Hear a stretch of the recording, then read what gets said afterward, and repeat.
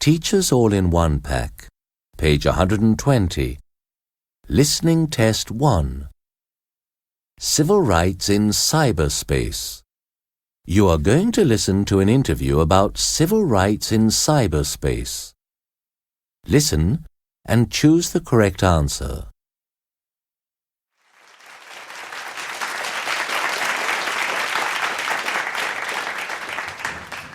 Good evening, everyone. I'd like to welcome our speaker, Dr. Alan Stark, to our university. Dr. Stark, thank you so much for coming to speak to us tonight. My pleasure. I'm delighted to be here. I believe you're a graduate of this university, Dr. Stark. That's right. I got my law degree here, and this is where I first became interested in civil rights. I've been very involved with different issues relating to civil rights, including civil rights in cyberspace. I have a feeling that not too many students know about this issue. So perhaps you should first define for us what civil rights are. Yes, of course. Civil rights are the rights of people in a society to be treated equally and to have equal opportunities regardless of their race, sex, or religion. So what exactly are civil rights in cyberspace? Let me try to explain. I think the simplest thing to do would be to start with an example. Many of you may be familiar with Craigslist, the online forum for advertising. Among other things, Craigslist runs advertisements from people who want to rent out their apartments or share them with other people. These ads sometimes say that people of a certain race or religion shouldn't apply. That is outright discrimination. It certainly is. Imagine what would happen if the same thing appeared in an ad in the New York Times or any other newspaper in the USA. Isn't there a law against this? There is indeed. It's called the Fair Housing Act, and it prohibits making housing less accessible to people because of their race, gender, or religion.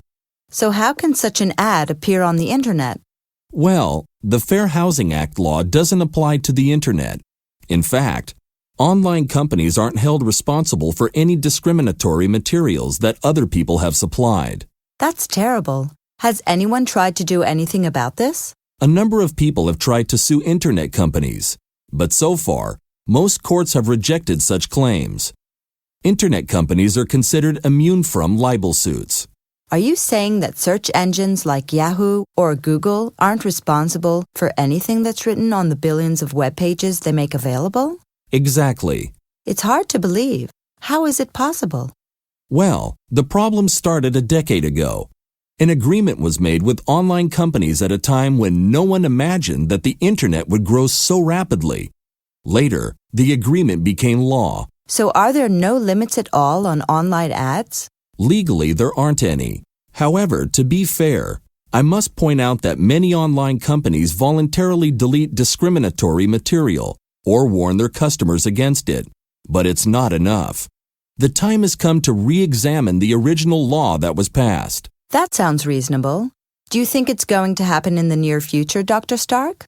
It's difficult to say. I belong to a group that's fighting hard to change the law and make it more like the laws governing written material in the press. But of course, there's a lot of opposition to our fight. What kind of opposition? People argue that you can't compare the internet with newspapers or other forms of the media. They claim it's more like a carrier service, similar to a telephone company.